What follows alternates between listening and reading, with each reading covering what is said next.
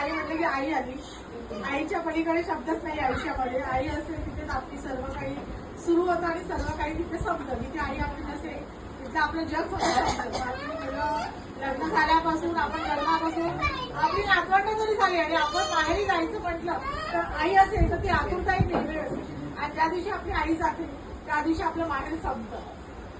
प्रत्येकाच्या आयुष्यात तो सण येतो. पण जो पण आपली आई आपल्या सोबत असेल तिची ती माया आणि तिची ती ओढ आपल्या सर्वांना जी असते ती कधीच संपू नये असं मला तरी वाटतं. आणि आम्हाला माईने अशीच माया लावली आहे की आमच्या आईपेक्षा तिने जास्त प्रेम आमच्यावर केलं आणि आम्ही तिच्यावर करतो.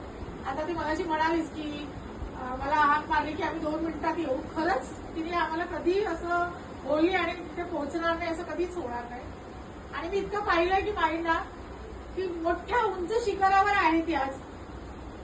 कुठल्याही मानसिक मनावर खूप उंच शिखरावर आहे आणि आम्ही खालच्या शिखरावर आहे. पण तिने असा कधीच आमचा फरक नाही केला आहे. म्हणजे ऑलवेज ती आम्हाला स्वतःच्या मुलींपेक्षा जास्त प्रेम तिने आम्हाला केलंय. पण माईला आमच्या सर्वांकडून खूप खूप धन्यवाद. आणि असंच प्रेम आमचं आयुष्यभर तुझं आमच्यावर राहू दे. आणि कोण नसलं तरी तुझ्या 5 मुली तुझ्या आयुष्यात नेहमी तुझ्यासाठी असतील. आणि आमच्या सर्वांकडून तुम्हाला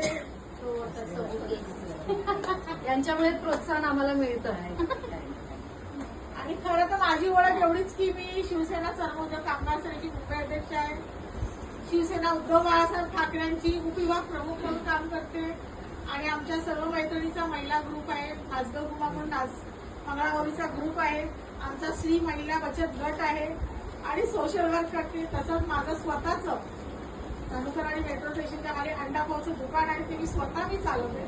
मला वाटतं मी 9 वर्षाची होती तेव्हा माझे वडील वारले. त्या दिवसापासून मी माझं स्वतःचं अस्तित्व लोकांच्या घरी कामं करून. पण मला आवड होती समाजकार्याची, राजकारणाची, असं खूप आवड होती लहानपणाची. तरी मी कामं करून माझं लग्न झालं. 3 भावांची लग्न केली. माझं स्वतःचं केलं. माझी मुलं आज आयटीला आहे. मुलगी आर्ट्सला आहे. ती पण बाहेरगावची जिम करते पॅलिसेडीज म्हणून. आणि मला स्वतःचं काहीतरी हवं, स्वतःसाठी काहीतरी करायचं. आणि आपल्यामुळे आपण आपला जरासा तरी तिळा इतका तरी म्हटलं तर आपण आलेल्या जन्माचं आपण काहीतरी जगासाठी आपल्या परिजनांना आपल्या आजूबाजूच्या लोकांना आपण तीळ इतकं तरी आपण सेवा करावी ही माझी पहिल्यापासूनच इच्छा होती. आणि त्या इच्छेमार्फतच मी आज माईसारखी साथ आणि माझ्या मैत्रिणीची साथ मला नेहमीच मिळाली. त्याच्यामधूनच मी करते. आणि आज माझा व्यवसाय मी स्वतःचा करते. दिवसाला 5 ते 6 हजार रुपये कमवते. आणि मी इतकं वर्ष कामही केलं. त्यामुळे माझ्या वडिलांचं राशनचं दुकान होतं, अंडापावचं दुकान होतं, वडापावचं दुकान होतं. पण मला नाही वाटायचं. माझं स्वतःचं चपलांचा बिझनेस आहे. 3 लोक कामं करायची. पण लॉकडाऊनमध्ये आमचं खूप लॉस झालं. एक अशी परिस्थिती होती की आम्हाला फक्त सुसाईड करायचं होतं. इतकं आम्ही लॉस पर्यंत आलो. पण त्याच्यातूनही आम्ही वर आली. आणि मी तरी आली. मी म्हणते असं की आज चंद्र उगवला तर सकाळी सूर्य नक्कीच उगवणार आहे. तर येणारा काळ सुद्धा माझ्या आयुष्याचा, माझ्या भविष्याचा, माझ्या मुलांचा नक्कीच चांगला असेल. आणि माईसारख्या तुमच्या सर्वांची जर आम्हाला साथ असेल तर आम्ही नक्कीच पुढे जाऊन देऊ. ती एक इच्छा होती की नानांनी माझ्या दुकानात यावं आणि बूट द्यावेत. तर आम्ही तिच्या दुकानात गेलो. नानांच्या बुटांचं माप घेतलं पायाचं. एवढे सुंदर म्हणजे यौवन 1 नंबरचे बूट करून दिले तिने की नाही माझ्या वडिलांची म्हणजे पूर्ण खेळण्यासाठी इतकं म्हणजे.